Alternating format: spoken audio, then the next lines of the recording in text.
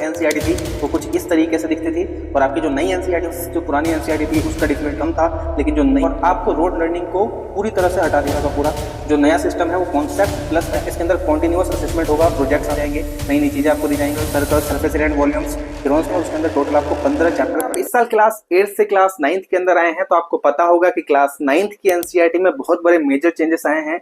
आपकी जो पूरी एनसीईआरटी है उसको चेंज कर दी गई है।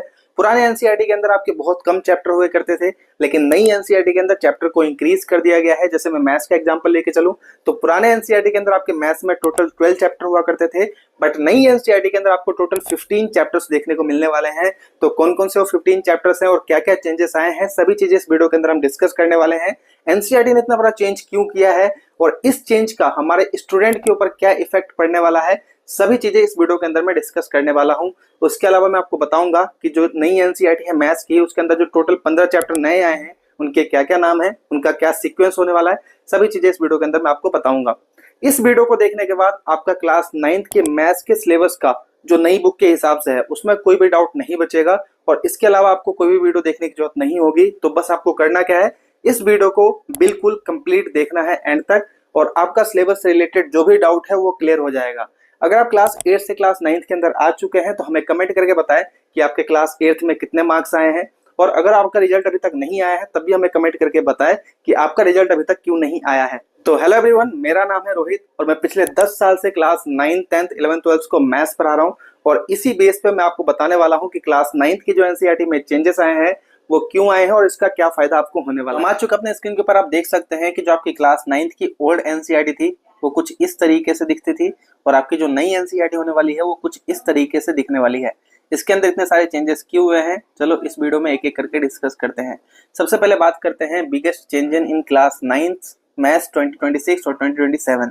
2026 और 2027 में क्लास 9th मैथ्स में बहुत सारे चेंजेस हुए हैं। वैसे मैथ्स में नहीं हुए, हर सब्जेक्ट में हुए, लेकिन इस वीडियो के अंदर स्पेशली हम बात करने वाले हैं मैथ्स के अंदर। तो सबसे पहले चैप्टर का जो ऑर्डर है वो चेंज हो चुका है। Student must follow new sequence instead of old book order. पुराने बुक के अंदर जो भी ऑर्डर थे उन सभी को अब चेंज कर दिया गया है। नए तरीके से चैप्टर को नए ऑर्डर में सीक्वेंस में डाला गया है जो आपके लर्निंग आउटकम को और ज्यादा इंक्रीज करेगी। उसके अलावा नए नए टॉपिक ऐड किए गए हैं, जैसे आप देख सकते हैं सीक्वेंस हो गया, एल्जेब्रिक आइडेंटिटीज हो गई, प्रोबेबिलिटी हो गई, ये नए नए टॉपिक ऐड किए गए हैं। प्रोबेबिलिटी आपकी पहले भी एनसीईआरटी में हुआ करती थी बट कोविड के चक्कर में इसको रिमूव कर दिया गया था, बट इस साल आपको वापस से वो दिखने वाला है। सीक्वेंस जो टॉपिक है आपका वो क्लास 11th का टॉपिक हुआ करता है, बट क्लास 9th की एनसीईआरटी में इस बार इसको ऐड किया है। तो आपका जो ओवरऑल क्लास 9th की मैथ्स की एनसीईआरटी है वो पिछले साल से थोड़ा सा हार्ड होने वाला है। उसके अलावा फोकस को शिफ्ट करने के लिए भी एनसीईआरटी चेंज की गई है। पहले की जो एनसीईआरटी थी वो थ्योरी बेस्ड लर्निंग हुआ करती थी, लेकिन ये जो नई एनसीईआरटी है वो पूरा एप्लीकेशन बेस्ड होने वाला है, यानी कि एप्लीकेशन के थ्रू आपको सिखाया जाएगा रियल लाइफ में उसके क्या लेवल है, सभी चीजों को क्या क्या यूज है, सभी चीजों को ध्यान में रखते हुए आपको सिखाया जाएगा। डिफिकल्टी लेवल की बात करें, जैसे मैंने आपको पहले बताया था, क्लास जो पुरानी एनसीईआरटी थी उसका डिफिकल्टी लेवल कम था, लेकिन जो नई एनसीईआरटी है उसका डिफिकल्टी लेवल बहुत ज्यादा है। उसमें बहुत सारे कॉम्पिटेंसी बेस्ड क्वेश्चन है और थिंकिंग क्वेश्चन है, तो ये थोड़ा सा डिफिकल्ट होने वाला है बच्चों के लिए। लेकिन अगर आप अच्छे से पढ़ते हैं तो बहुत ज्यादा आसान भी होने वाला है, क्योंकि कॉम्पिटेंसी बेस्ड क्वेश्चन जो होते हैं वो रियल लाइफ से इंस्पायर्ड होते हैं। उसके अलावा हम बात करें एग्जाम के पैटर्न में बहुत बड़ा चेंज आने वाला है। पहले जो एग्जाम का क्वेश्चन आता था वो डायरेक्ट क्वेश्चन होता था जो थ्योरी बेस्ड क्वेश्चन होते थे, बट इस साल आपका जो पैटर्न है वो चेंज होने वाला है। बहुत सारे जो क्वेश्चन होंगे वो कॉम्पिटेंसी बेस्ड और केस स्टडी बेस्ड क्वेश्चन होने वाले हैं। आपके इंटरनल असेसमेंट के प्रोसेस को भी पूरा चेंज कर दिया गया है और आपको रोड लर्निंग को पूरी तरह से हटा दिया गया। जो पहले रट्टा मार के बच्चे पास हो जाया करते थे उसको पूरी तरह से हटाने की इन्होंने कोशिश करी है। अब बात करते हैं ओल्ड सिस्टम में और न्यू सिस्टम में क्या क्या चेंज आया है। ओल्ड सिस्टम जो था मैंने पहले आपको बताया थ्योरी बेस्ड हुआ करता था पूरा का पूरा। जो नया सिस्टम है वो कॉन्सेप्ट प्लस एप्लीकेशन बेस्ड होने वाला है। दूसरा, थ्योरी बेस्ड जो ओल्ड सिस्टम था उसमें डायरेक्ट क्वेश्चन आपके पूछे जाते थे, बट नए सिलेबस के अंदर आपको केस स्टडी क्वेश्चन ज्यादा पूछे जाएंगे, कॉम्पिटेंसी बेस्ड क्वेश्चन ज्यादा पूछे जाएंगे।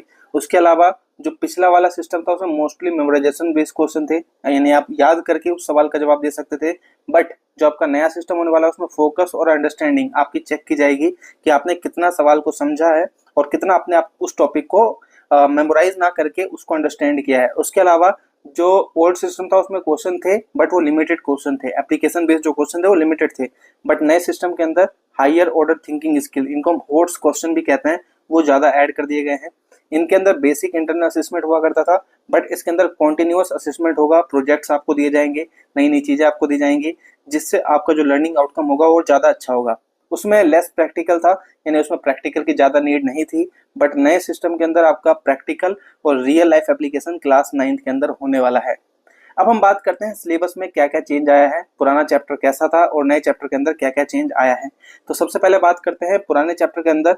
पुराने एनसीईआरटी में आपके टोटल 12 चैप्टर हुआ करते थे। आप देख सकते हैं ध्यान से, नंबर सिस्टम हुआ करता था आपका, पॉलिनोमियल हुआ करता था, कोऑर्डिनेट ज्योमेट्री हुआ करती थी, linear equation in 2 variable, introduction to Euclid geometry, linear lines and angles, triangle, quadrilateral, circle, surface area and volumes, Heron's formula 2 बार यहाँ पे रिपीट कर दिया, एक ही बार लिखना है आपको, और स्टैटिक्स। टोटल यहाँ पे 12 चैप्टर हुआ करते थे।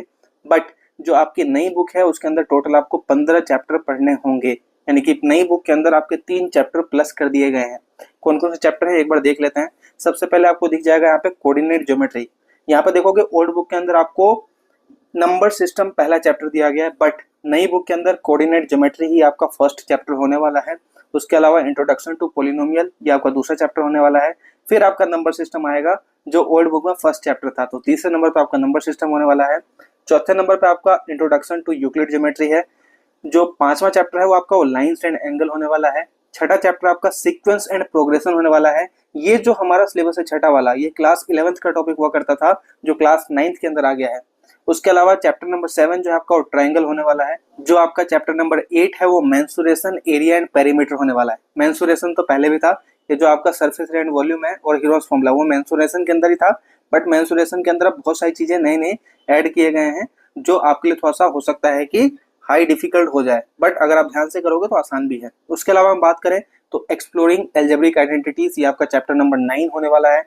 जो आपका चैप्टर नंबर 10 है वो है क्वाड्रिलेटरल। चैप्टर नंबर 11 आपका सर्कल होने वाला है, सेम ओल्ड बुक से उठाया गया इसको। जो आपका चैप्टर नंबर 12 है वो लीनियर इक्वेशन इन 2 वेरिएबल्स होने वाला है, ये भी ओल्ड बुक से ही उठाया गया है। उसके अलावा चैप्टर नंबर 14 जो है स्टैटिक्स, वो भी ओल्ड बुक से उठाया गया है ना। और लास्ट का जो आपका चैप्टर होने वाला है chapter number 15 introduction to probability, ये क्लास 9th के अंदर पहले हुआ करती थी, बट ड्यू टू कोविड इस चैप्टर को हटा दिया गया था।